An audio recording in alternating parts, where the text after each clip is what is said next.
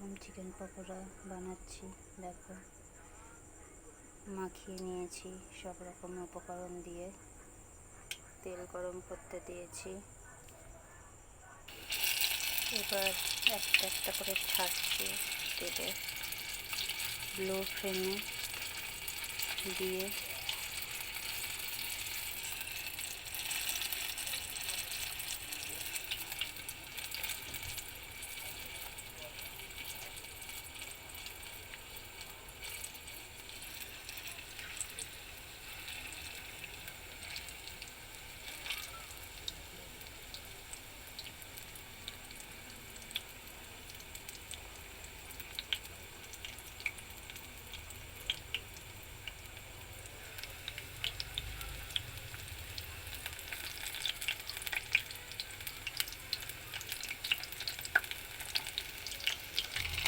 পাল্টে দিচ্ছি, উল্টে পাল্টে দিচ্ছি।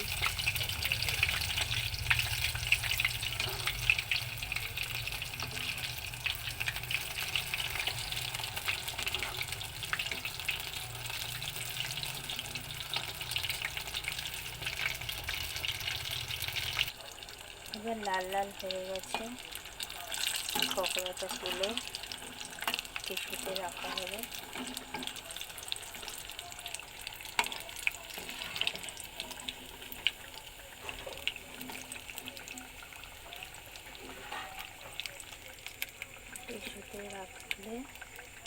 টিস্যুতে রাখলে তেলটা চুষে নেবে।